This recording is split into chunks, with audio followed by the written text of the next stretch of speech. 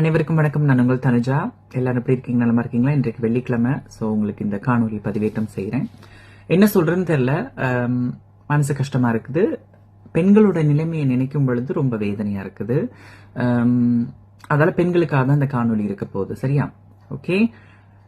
பெண்கள், நான் நேசிக்கும் பெண்கள், நான் பார்த்து ரசித்து வியந்து வளர்ந்த பெண்கள். ஓகே, உங்களெல்லாம் பார்த்து தான் நாங்கள் இந்த பெண்மையை தேர்ந்தெடுத்தோம். நாங்க இந்த பெண் வாழ்க்கைக்கு வந்ததுக்கான காரணமே உங்களை போன்ற பெண்கள் தான் காரணம். டீச்சரா வேலை பார்த்தவங்களா இருக்கட்டும், குடும்பத்தை நடத்தின இல்லத்து அரசிகளாக இருக்கட்டும், டியூஷன் டீச்சர்களாக இருக்கட்டும், பரதநாட்டிய டீச்சராக இருக்கட்டும், எந்த ஒரு தொழில் செய்தாலும் அதுல ஒரு கம்பீரமான இந்த உங்களை எவ்வளவுதான் அடக்குனாலும், எவ்வளவுதான் உங்களை ஒடுக்குனாலும், எவ்வளவுதான் பொட்டக்கோழி கூவி பொழுது விடியாதுன்னு சொல்லி உங்களை இழிவுபடுத்தினாலுமே இந்த ஒரு சூழ்நிலையும் ஜொலிச்ச ஒவ்வொரு பெண்களையும் பார்த்துதான் இந்த மாதிரி நம்ம இருக்கணும்னு சொல்லி நாங்கெல்லாம் இந்த வாழ்வியலை எடுத்துக்கிட்டோம். அதற்கு இன்ஸ்பயர் ஆன வித போட்டதே நீங்க தான். சரியா? அப்ப அப்படிப்பட்ட பெண்கள் இந்த பூமியில எப்படி நடத்தப்படுறீங்க, ஒழுக்கமா வாழ்ற பெண்களை எப்படி இந்த பூமி உங்களுக்கு என்ன பரிசு கொடுக்குதுன்னு பார்க்கும் பொழுது ரொம்ப வேதனையா இருக்கு. புரியுதா? சோ கவர்ச்சி உடை அணிறதும், இந்த இவர்கள் ஆண்கள் போட்ட கலாச்சாரத்தை ஃபாலோ பண்ணாத எங்கள் மீது பல விமர்சனங்கள் வரும். நீ எல்லாம் பேசக்கூடாது அப்படின்லாம் சொல்லுவாங்க. ஓகே, நாங்க பேசுறதா பேசக்கூடாதான்றத நாங்க தான் முடிவெடுக்கணும். அது வேறொருத்தன் எடுக்கக்கூடாது. ஆனா இன்னைக்கு நீங்க போட்ட சட்டத்திட்டங்களை ஃபாலோ பண்ணி வாழ்ந்த பெண்களுக்கு நீங்க கொடுக்கற தண்டனையை பாத்தீங்களா? இந்த பெண்ணா இப்படி இருக்கணும், பெண்ணா அதிகமா பேசக்கூடாது, பெண்ணா கணவனுக்கு உண்மையா இருக்கணும், பெண்ணா கணவனுக்கு நேர்மையா இருக்கணும், பெண் அப்படியே ஒரு பொம்மை பாவையா இருக்கணும். கணவன் ஒரு ஜொலிச்சான்னா, ஒரு மேடையில் அவன் ஜொலிச்சான்னா, இல்ல சமுதாயத்துல ஜொலிச்சான்னா, ஒரு மனைவி வெறும் ஒரு பாவை, ஒரு பொம்மை மாதிரி பொம்மை மாதிரி போகணும்னு நீங்க சொன்னீங்க. அதை பண்ணின அனைத்து பெண்களுக்கும் அவமானம் தான் சேர்ந்தது, அசிங்கம் தான் சேர்ந்தது, காயம் தான் சேர்ந்தது. எவ்வளவு பொறுக்க வேண்டியதா இருக்கு பாத்தீங்களா?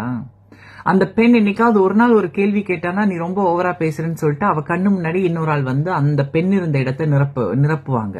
அதே அந்த பெண் வேடிக்கை பார்க்கணும்.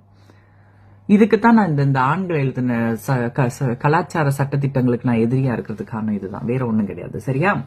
ஏன்னா அவங்க எழுதின சட்டத்திட்டத்தை ஃபாலோ பண்ணா அவங்களுக்கு தான் பெனிஃபிட்டே தவிர பெண்களுக்கோ திருநங்கைகளுக்கோ தன்பால் ஈட்பாளர்களோ, இந்த ஆண்களை சார்ந்து வாழ்ற தன்பால் ஈட்பாளர்களுக்கோ யாருக்குமே அதுல பெனிஃபிட் வராது. இது அவனால உருவாக்கப்பட்ட, அவனால எழுதப்பட்ட, அவனால இயக்கப்படுற ஒரு உலகம், ஆணாதிக்க உலகம். புரியுதா? இத நீங்க உணர்ந்து கொண்டாலே உங்க வாழ்க்கை நல்லா இருக்கும். நான் கடைசியா ஒரே ஒரு வசனம் மட்டும் சொல்லிக்கிறேன்.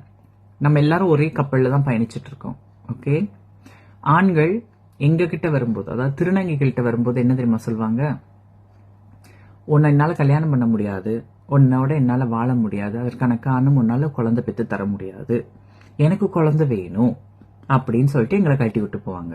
எங்களுக்கு அந்த வேதனை நல்லா தெரியும். புரியுதா? நான் ஏன் திருமணமான பெண்கள், இப்ப சங்கீதா அக்காவா இருக்கட்டும், ஆர்த்தி அக்காவா இருக்கட்டும், யாரா இருந்தாலுமே உடைஞ்சு போகும்போது நான் ஓடி கொடுக்குறேன். ஜாய் விஷயத்துல கூட அந்த பெண் கர்ப்பிணியா இருந்தாங்க. புரியுதா? அப்போ ஒரு ஆணோட ஆசை வார்த்தையை நம்பி, ஒரு ஆணோட பாச வார்த்தையை நம்பி ஒரு கருவை வயிற்றுல சுமக்கிறது இட்ஸ் பெரிய டிசிஷன்.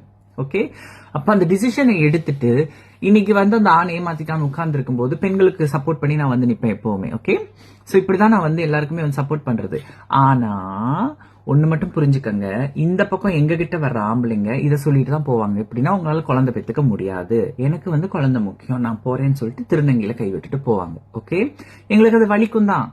நாங்க நேசிச்ச எத்தனையோ ஆம்பளைய மணவர கோலத்துல நாங்க பார்ப்போம். மாலை போட்டுக்கிட்டு அழகா உட்கார்ந்தவரு தாலி எடுத்து கட்டுறத பார்ப்போம்.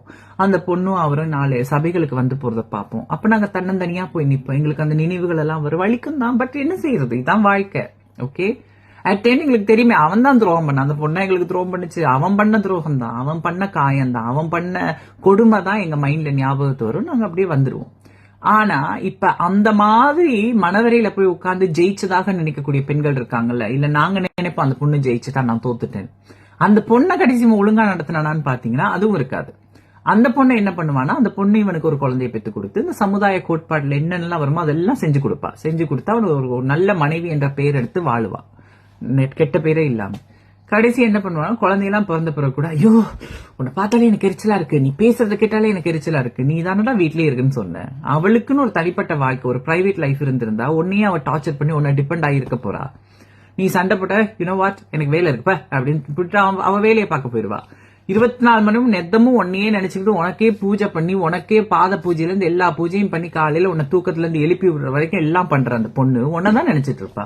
அப்பையோ பேரை கேட்டாலே எனக்கு எரிச்சலாகும், குரல் கேட்டாலே எரிச்சலாகுன்னு சொல்லிட்டு இன்னொருத்தையும் தேடி போறீங்க. அப்ப அவ பெத்த குழந்தைக்கும் அந்த வயிற்றுல சுமந்த அவ வயிறை வீணாக்கி அவ ஹெல்த்தை வீணாக்கி உனக்கு சந்தோஷத்தை கொடுத்த அந்த பொண்ணே கடைசி தூக்கி போட்டு போயிருங்க. அந்த பொண்ணு நாளைக்கு நடுத்தூர்ல இருந்துகிட்டு தான் பட்ட துன்பத்தையும் சொல்ல முடியாம சொல்ல வந்தாலும் நீங்க செருப்பால் அடிப்பீங்க. ஏன்னா பொம்பளையத்தான் ஜட்ஜ் பண்ணுவீங்க. அப்படிப்பட்ட ஒரு உலகத்தில் நம்ம இருக்கோம். எனக்கு என்ன சொல்றதுன்னு தெரியல. இது மாறும்.